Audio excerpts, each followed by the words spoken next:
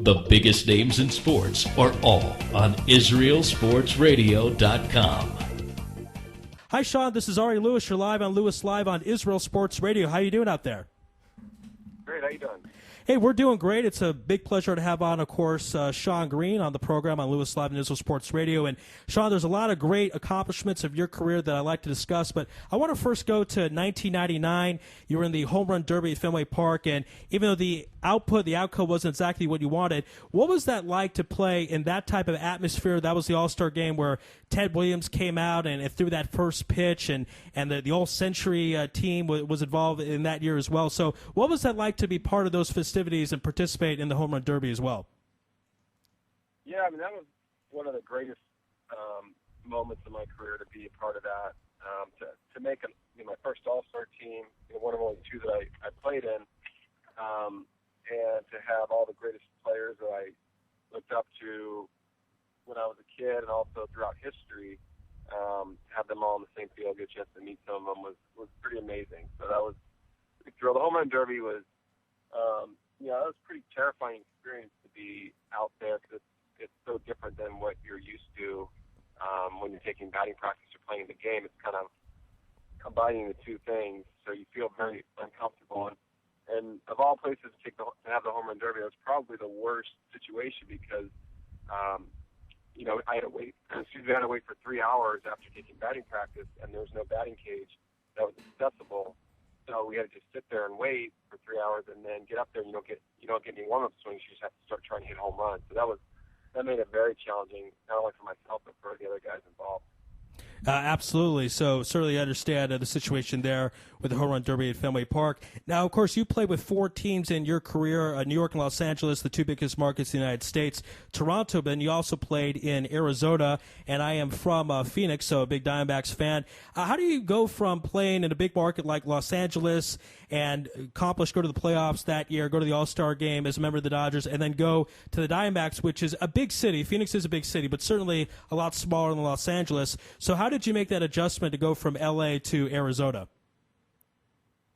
Yeah, I mean, I think at the time I was kind of, the team, the McCourt spot, the Dodgers, and they were already dismantling our playoff team as the season was going on and then after. So I saw the writing on the wall in that regard. So I was kind of ready, I think, to move out of there. I loved playing in L.A. It was my home, and that's where I wanted to be. But the circumstances, made it pretty clear that it was time to move on. So I think going to Arizona was nice in the sense that it was a much more relaxed atmosphere. It was kind of a time, I think, for me to, start fresh and, get back to just playing the game again and not having to deal as much with, the big market circus that can come along with playing in L.A. or in the future in New York. Yeah, absolutely. And Phoenix certainly has its charm, and a lot of people there, when they see athletes, famous people, they just let them be, kind of live their lives. That's why so many celebrities have homes in there, even though they don't necessarily live in the city full time, but they certainly just love the city of Phoenix. Now, I was speaking with the fans before you came on about your defense, because a lot of people point out your great home run totals and your double totals and all the things you do offensively, but 1999, you win the Gold Glove, you have 14 assists in the outfield and 5 double plays, and it seemed, correct me if I'm wrong, but it seemed that a lot of people were scared of your arm and didn't necessarily run on you as much. So did you find that? And then the assists obviously aren't as high because people are scared of you, and they're not going to run from second to third base to home because they're afraid you're going to throw them out. So if you can just elaborate a little more on the defensive end, your defensive skills in the right field in general. Yeah, I think for at least the first half of my career, my arm strength was my best tool. That was even when I got drafted out of high school. I think they kind of had it in their mind that if it didn't work out for me as a position player, that I could be converted to a pitcher. So that was always probably my best strength, and something I was really proud of. But I did learn, over time to, charge the ball harder and prevent. The best thing you can do is try to prevent runners from advancing. So yeah, I think a lot of times guys with the better arms have less assists because then the guy who maybe just has an average arm is very accurate. And I think that was my case. And my defense was something that was sporadic throughout my career. I'd have some seasons where I felt better, and kind of like hitting, you go through some slumps out there, and there's some times when I struggled in the field, especially early in my career. But for the most part, I took a lot of pride in trying to throw guys out and keep runners from advancing bases. We're on right now with Shawn Green here on Louis Live and Israel Sports Radio. And, Shawn, I want to now go to May of 2002, that great game, one of the greatest games really in baseball history, in my opinion, where you had 4 home runs, 5 extra base hits. You broke the record for total bases. Well, first thing I want to know, why did they not walk you? You figured after the 3rd home run you get 4 white balls. And secondly, what was special about that day where you were able to put that type of production on the offensive end?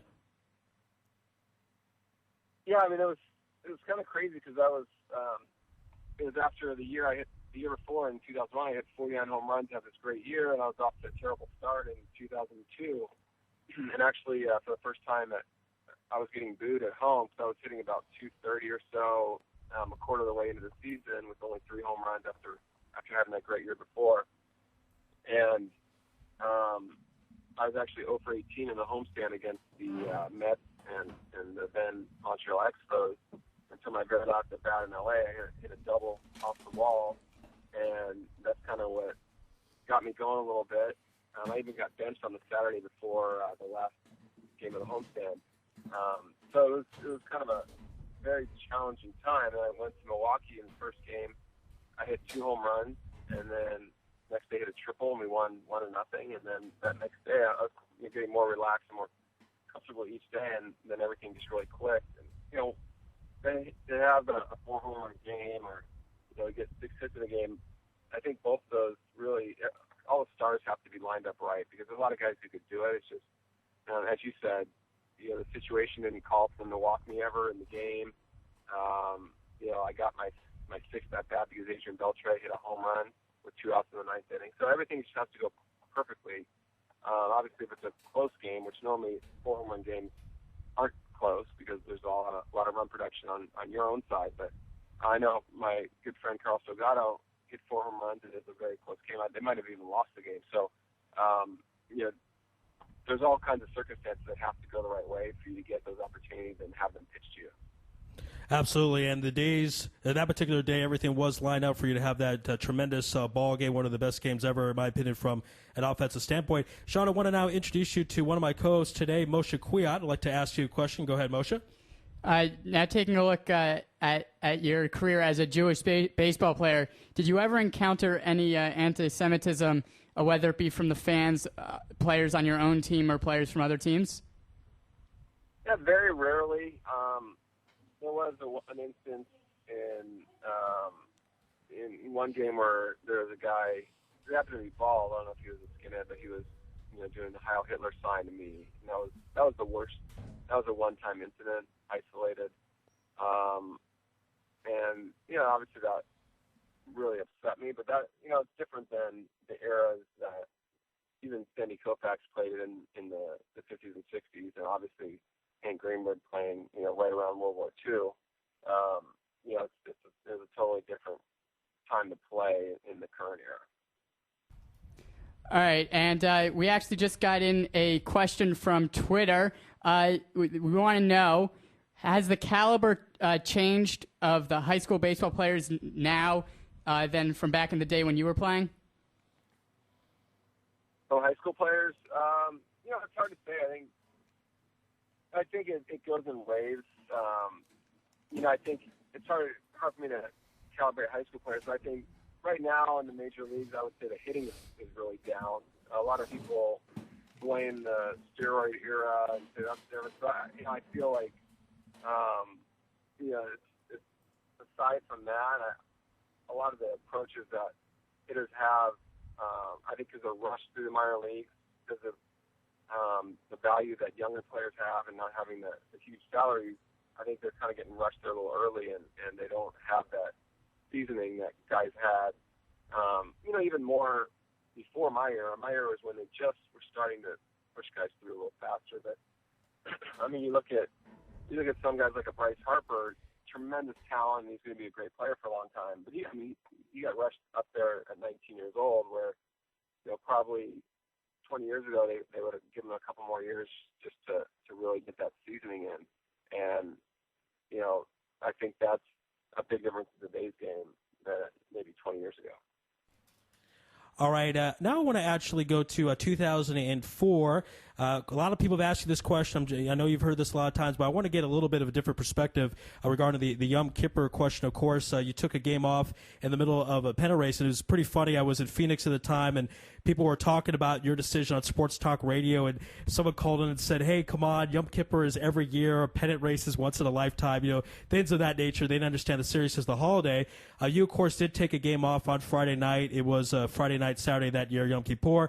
Did your teammates show you support? Were they okay with your decision because it was in the middle of the pennant race, but they knew that this was a part of your Jewish heritage and your principles, basically?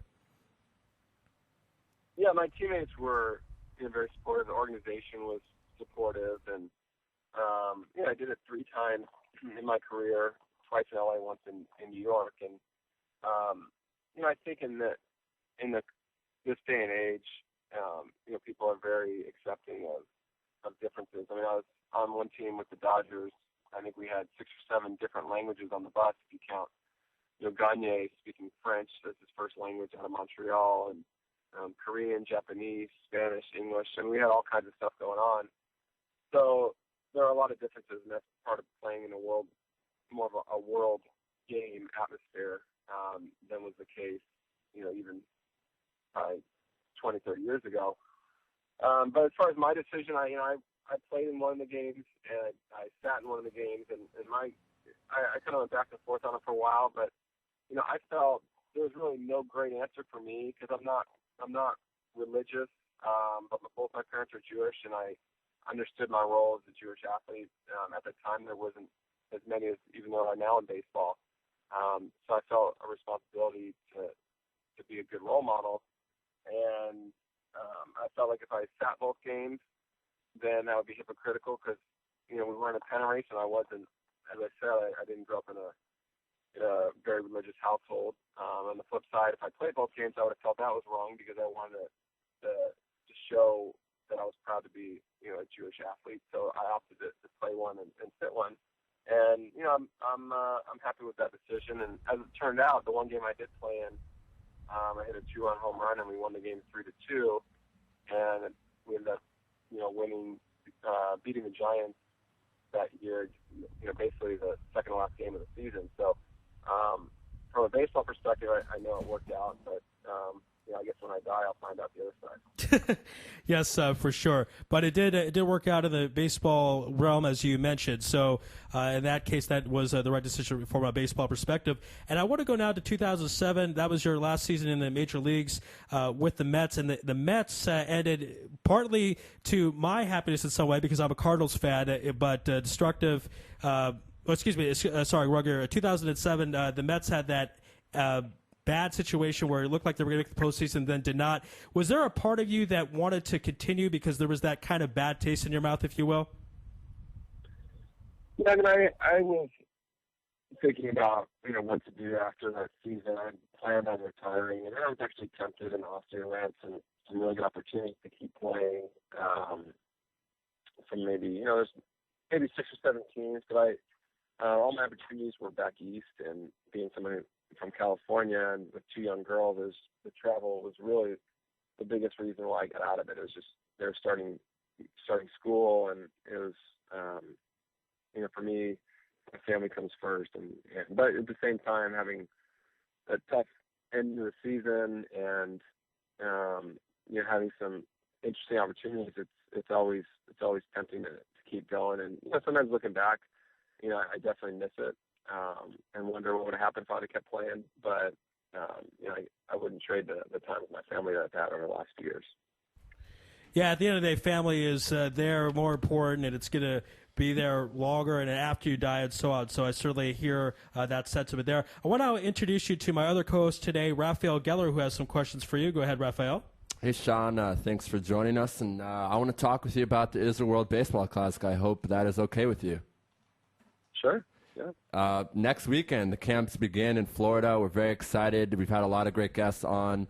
Brad Osmus joined us last week. Not last week, 2 weeks ago, Kevin Youkilis came on the show and announced that he would play if you guys qualify. So we are very excited to break that news. And we're so excited in Israel. Even all the Israelis are excited, not just the Anglo-Israelis.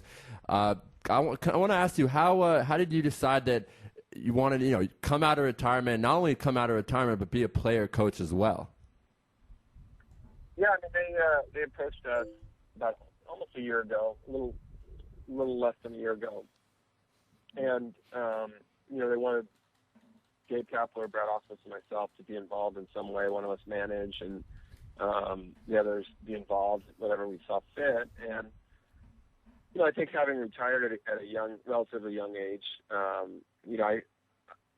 know I could still play, and I'm actually, in a lot of ways, it's been 5 years, so I am kind of curious. In my mind, I feel like I'm the same, so it's kind of a fun test to get out there and play. But also, for the qualifiers, if I didn't feel like I could help the team, I wouldn't do it. But it's having a lot of younger minor league guys. I think it'll not only help. Hopefully I could be productive in the. It's only a few games, so it's kind of a crapshoot in that regard. Whether or not you get 3 or 4 hits or you get 1 hit, it's kind of hard to tell. But if I could lead by example as well, and as well as coach the hitters, I feel like that could have more of an impact, not only on this tournament, but also some of these young Jewish players' careers as they move forward.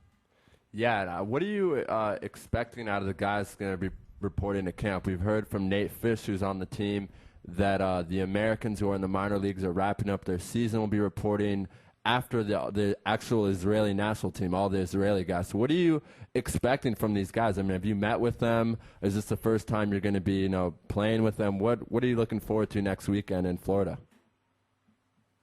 Yeah, I mean, I'm pretty open on it. I don't know exactly what to expect. Brad Osmus has been great. He's really taken the reins as the manager, and he has a little more in-depth perception of what's going to be there, how the team's going to shape up.